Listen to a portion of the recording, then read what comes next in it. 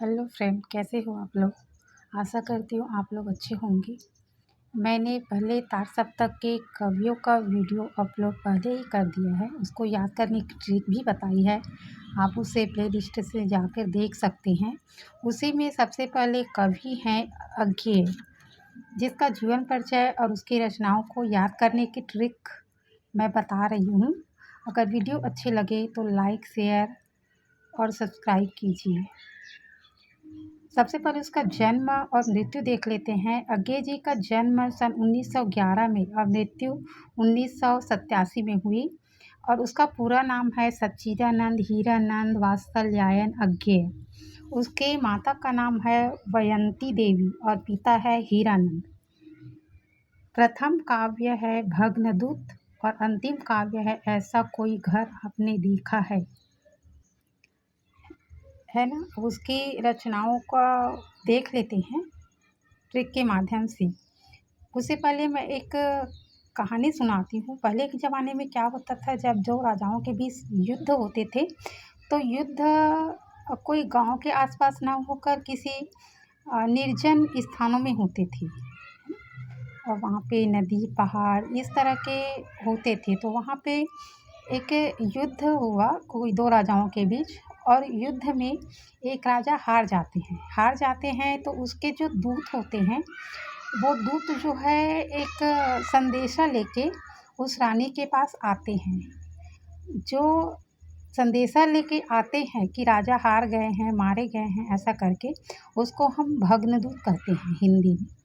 तो उसका मतलब वही होता है, भग्नदूत का मतलब वही होता है। तो वो भग्नदूत आया है, आया रानी के पास और ये संदेशा सुन के रानी को चिंता हुई। तो उसने जब उसने जाना कि राजा जो है हार गए हैं तो उसके कुछ सामानों को इलियलम मीन्स होता है बचाया हुआ। तो उसके कुछ सामान हैं, यानी उसकी यादें की जो चीज़ है, जैसे हम बोल सकते हैं उसके तलवार या फिर उसके चित्र बोल सकते हैं, चित्र। तो उसको लेके वह कहीं दूर जा रही है। जाने के बाद वह एक नदी के किनारे हरी घास पर क्षण भर बैठी है बैठी है और वह राजा के मृत्यु के बाद वो एक बावरा अहेरी यहाँ पे रचना है, तो बावरी हो गई है ना, बावरी सी हो रही है और बैठकर इधर उधर देख रहे हैं। तो ऊपर इंद्रधनुष भी दिखाई दे रहे हैं। और इंद्रधनुष कैसे दिखाई दे रहे हैं, जैसे रौंदे हुए से, ये है ना, रौंदे हुए से दिखाई दे रहे हैं। और वो ऐसी देख ही रही है कि पीछे से कोई आवाज़ देती है। क्या देती है, अरि ओ करुणा प्रभा में, है ना, अरि ओ करुणा प्रभा में आंगन के पार द्वार, यानी आंगन के पार, समुद्र के पार क्यों बैठी है।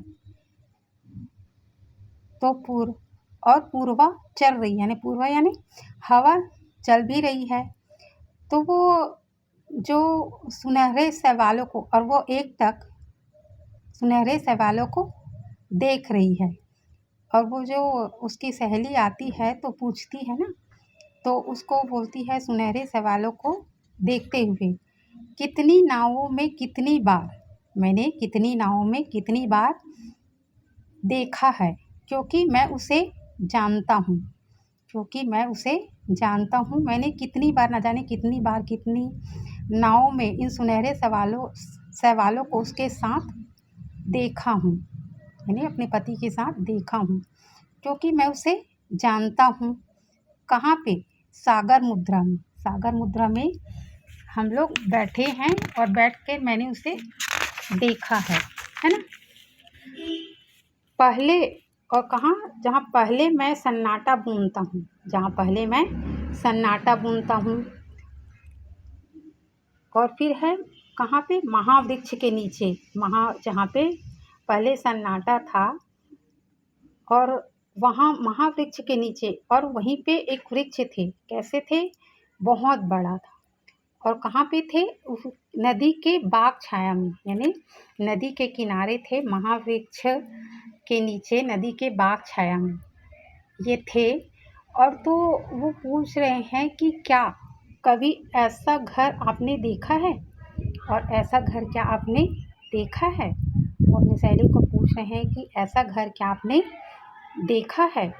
तो इस तरह से इनकी रचनाओं का ट्रिक हो गया। एक कहानी के माध्यम से मैं बताने की प्रयास की हूँ। आशा करती हूँ कि आप लोगों को ये वीडियो पसंद आए होंगे। फिर से एक बार देख लेते हैं। भग्नदूत चिंता इलयलम, हरी घास पर क्षण भर बावरा एहरी, इंद्रधनुष रौंदे हुए से, अरी ओ करुणा प्रभामय आंगन के पार बार, पूर्वा सुनहरे सैबाल कितने नावों में कितनी बार, क्योंकि मैं उसे जानता हूँ सागर मुद्रा में पहले मैं सन्नाटा बुनता हूँ, महावृक्ष के नीचे नदी के बाग छाया में, ऐसा कोई घर आपने देखा है। तो इस तरह से फ्रेंड, ये वीडियो आपको अच्छा लगे तो प्लीज़ चैनल को सब्सक्राइब कीजिए, शेयर कीजिए और लाइक कीजिए। और अगर आप लोग इसका सन ट्रिक के माध्यम से, इन रचनाओं के सन ट्रिक के माध्यम से देखना चाहते हो तो वीडियो में कमेंट कीजिए। थैंक यू, धन्यवाद।